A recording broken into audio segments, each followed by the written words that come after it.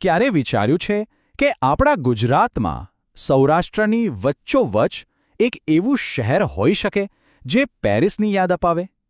ના, આ કોઈ કલ્પના નથી, આ હકીકત છે. એક એવા રાજાના સપનાની હકીકત જેમણે પોતાના રાજ્યનો નકશો જ બદલી નાખ્યો. તો ચાલો આ સ્ત્રોત સામગ્રીના આધારે એ અદ્ભુત કહાણીને નજીકથી જાણીએ. બસ એક વિચાર, અને એ એક જ વિચારથી આખું ચિત્ર જ બદલાઈ ગયું. યુવાન સર વાઘજી ઠાકોરે જ્યારે પહેલીવાર પેરિસની ધરતી પર પગ મૂક્યો ત્યારે એમની આંખોમાં ખાલી આશ્ચર્ય નહોતું, એક દ્રઢ સંકલ્પ હતો. અને એ સંકલ્પે મોરબીનો ઇતિહાસ હંમેશા માટે બદલી નાખ્યો. આપણી આ વાર્તાના નાયક છે સર વાઘજી ઠાકોર. એમનું લક્ષ્ય એકદમ સ્પષ્ટ હતું: પોતાના પરંપરાગત મોરબીને એક આધુનિક યુરોપિયન શહેર બનાવવો. પણ આ વાત ખાલી સુંદર ઇમારતો બનાવવાની નહોતી હો, આ તો એક આખા નવા યુગનો પાયો નાખવાની વાત હતી. પણ સવાલ એ છે કે આટલો મોટો બદલાવ લાવવાની પ્રેરણા મળી ક્યાંથી? તો એનો જવાબ છે યુવાન વાઘજીનું શિક્ષણ અને ખાસ વિદેશ યાત્રા. અને માનજો આ કોઈ સામાન્ય ફરવા જવાનો પ્રવાસ નહોતો, આ તો એક વિઝનના જન્મની શરૂઆત હતી. તો કોણ હતા સર વાઘજી ઠાકોર? જરા આ જુઓ, વિચાર તો કરો. ફક્ત 12 વર્ષની ઉંમરે રાજગાદી સંભાળી, રાજકોટની પ્રખ્યાત રાજકુમાર કોલેજમાં આધુનિક શિક્ષણ લીધું. પણ એમની જિંદગીનો અને મોરબીના ભવિષ્યનો સૌથી મોટો વળાંક આવ્યો 1880માં, એમની યુરોપ યાત્રા.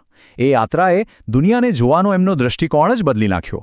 જરા કલ્પના કરો કે આ પરિવર્તન કેટલું મોટું હશે. એક બાજુ હતું જૂની ઢબનું પરંપરાગત મોરબી, અને બીજી બાજુ વાઘજી ઠાકોરના મનમાં હતું પેરિસ જેવું એકદમ આધુનિક શહેર. પહોળા સીધા રસ્તાઓ, નદી કિનારે સુંદર વિકાસ અને વ્યવસ્થિત ટાઉન પ્લાનિંગ. સાચું કહું તો જમીન આસમાનનો ફરક હતો, નહીં? સારું, તો સપના તો જોઈ લીધા, પણ એને હકીકતમાં કેવી રીતે બદલવામાં આવ્યા? ચાલો હવે એ અદ્ભુત બાંધકામોની વાત કરીએ જેણે મોરબીની ઓળખ જ બદલી નાખી અને વાઘજી ઠાકોરના વિઝનને પથ્થર અને સ્ટીલમાં જીવંત કરી દીધું. અને આ નવા મોરબીનું સૌથી મોટું પ્રતીક કયું? કોઈ શંકા વગર મોરબીનો ઝૂલતો પુલ.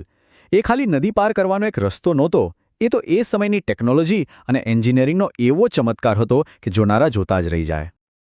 આ પુલ આટલો ખાસ કેમ હતો? કારણ કે એ સંપૂર્ણપણે યુરોપિયન ટેકનોલોજી અને સ્ટીલ વાયર રોપથી બનેલો હતો. દરબારગઢ અને નઝરબાગ પેલેસને જોડતો આ પુલ એ સમયે આખા ગુજરાતમાં પોતાની રીતે અનોખો હતો. આ જ બતાવે છે કે મોરબી પોતાના સમયથી કેટલું આગળ વિચારી રહ્યું હતું. પણ વાઘજી ઠાકોરના બાંધકામોમાં ફક્ત ટેકનોલોજી અને પથ્થર નહોતા, એમાં લાગણીઓ પણ હતી. અને એનું સૌથી સુંદર ઉદાહરણ છે મણિમંદિર. આ ભવ્ય મંદિર તેમણે પોતાની પ્રિય રાણી મણિની યાદમાં બનાવડાવ્યું હતું. અહીં શાહી શાન અને અંગત પ્રેમનો એક અનોખો સંગમ જોવા મળે છે.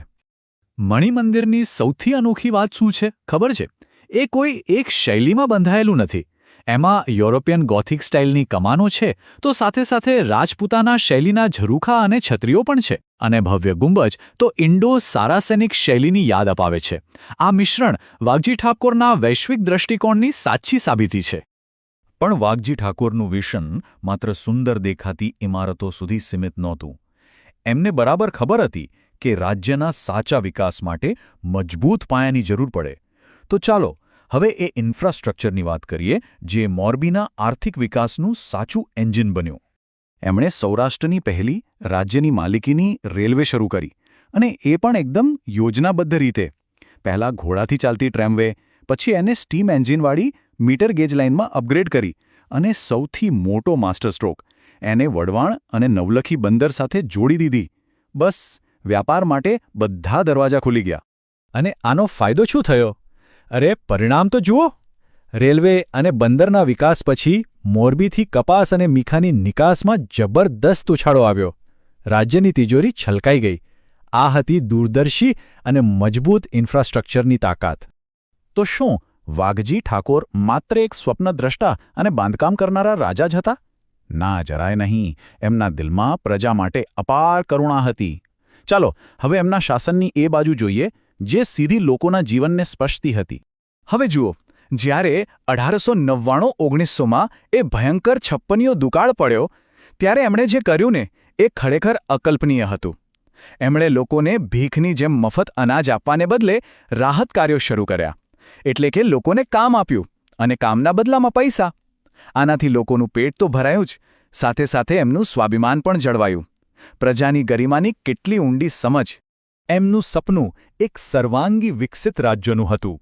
એટલે જ તો તેમણે લોકો માટે મફત સારવાર આપતી હોસ્પિટલો બનાવી, દીકરા-દીકરીઓ બંને માટે સ્કૂલો ખોલી, અને એટલું જ નહીં, વહીવટને ઝડપી અને કાર્યક્ષમ બનાવવા માટે વીજળી અને ટેલિફોન જેવી આધુનિક ટેકનોલોજી પણ લાવ્યા. તો આ બધી વાતોનો સાર શું નીકળે છે? વાઘજી ઠાકોરે જે કંઈ પણ કર્યું એની અસર આજના મોરબી પર શું છે? ચાલો એમના વારસાને આજના મોરબી સાથે જોડીને આ વાતને સમજીએ. 43 વર્ષ 43 યર્સ આ એક જ આંકડો એમના લાંબા અને પ્રભાવશાળી શાસનની ગવાહી આપે છે. 4 દાયકાથી પણ વધુ સમયમાં એમણે મોરબીને ક્યાંથી ક્યાં પહોંચાડી દીધું. અને આ સૌથી મહત્વની વાત છે, એમણે જે બંદર બનાવ્યું, જે રેલવે લાઇનો નાખી અને વ્યાપારને જે પ્રોત્સાહન આપ્યું ને, એ જ આજના ઔદ્યોગિક મોરબીનો મજબૂત પાયો બન્યો. આજે જ્યારે આપણે ગર્વથી મોરબીને ભારતની સિરામિક રાજધાની કહીએ છીએ, ત્યારે યાદ રાખજો, એના મૂળ વાઘજી ઠાકોરના એ જ વિઝનમાં રોપાયેલા છે. તો અંતે આપણે બસ એક જ સવાલ પર આવીએ છીએ કે દુનિયામાં એવા કેટલા શહેર હશે જે ખરેખર કોઈ એક વ્યક્તિના એક સપનામાંથી બન્યા હોય? સર વાઘજી ઠાકોરનો વારસો એ વાતની જીવતી જાગતી સાબિતી છે કે જો વિઝન સાચું હોય તો એક વ્યક્તિ પણ આખા શહેરનો અને કદાચ આખા યુગનો ઇતિહાસ બદલી શકે છે.